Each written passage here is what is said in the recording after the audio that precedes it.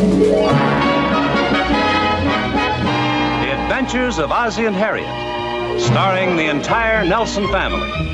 Here's Ozzie. Here's Harriet.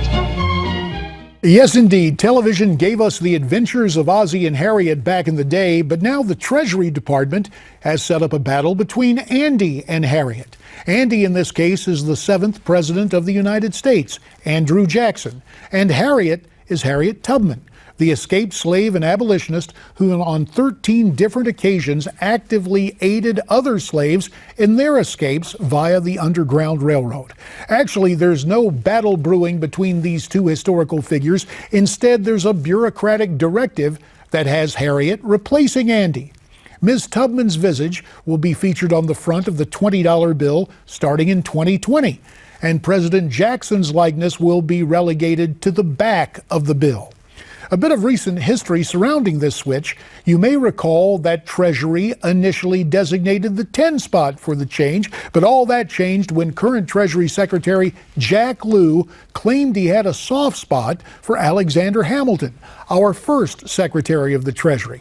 In reality, President Obama is a big fan of the new Broadway show Hamilton, which has transmogrified that founding father into a hero of hip-hop. So Hamilton stays on the 10.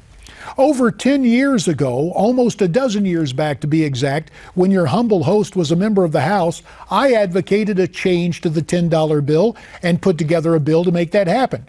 I proposed that President Reagan replace Hamilton as a tribute to the 40th president in the wake of his passing. Since historians had rated Reagan and Franklin Roosevelt the most effective presidents of the 20th century, and since FDR's likeness appears on the dime, I thought it was only logical and fitting to put President Reagan on the 10. Wow. Did I get an education about the way Washington really operates? Suddenly, newspaper reporters who had never read the Federalist Papers collectively decided to hold Hamilton in high esteem. They sought out left-wing history professors who also quickly revised their worldview to suddenly determine that Alexander was great. Now, the real motive was simple. They loathed and continued to loathe Ronald Reagan, because he was a successful conservative president who won in back-to-back landslides. And if you think reporters and professors were upset, how about my congressional colleagues on the other side of the aisle? Even as they went to the floor with pro forma tributes to Reagan's memory, not a single Democrat would co-sponsor my initiative.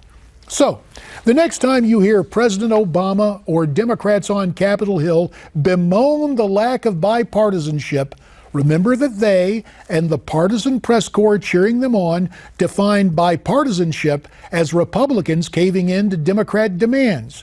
And should you question why those same Democrats could not bring themselves to truly be bipartisan and help put Reagan on the $10 bill, you might find them answering with a question of their own.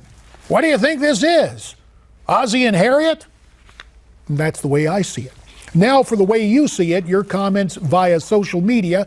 Chick reached out via Twitter, and here's what Chick says.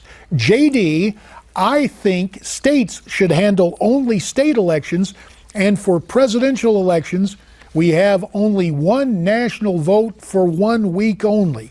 Quickly, Chick, despite the time limits, there's another problem. Constitutionally, the states are in charge of elections. That's the division. You don't want to nationalize elections, and here's the reason why. You already have a huge government, you make it bigger, and you end up wasting money. And do you really think the feds would be more efficient in running the presidential election? Next, it's Vic, reaching out about what Senator Al D'Amato had to say, and here's his takeaway. JD, former Senator D'Amato may be a Kasich supporter, but he sure had the rules and the talking points of Trump down pat. So I guess everybody must bow to King Donald before he's even elected, much less crowned. Interesting way to look at it. What do you think? We'd love to have your comments, and here's how you can send them to me. Send me your comments at newsmaxtv.com/comments, or use Twitter like Chick did. Our handle is @NewsmaxPrime. That'll do it for tonight. Stay brave, stay free, stay tuned.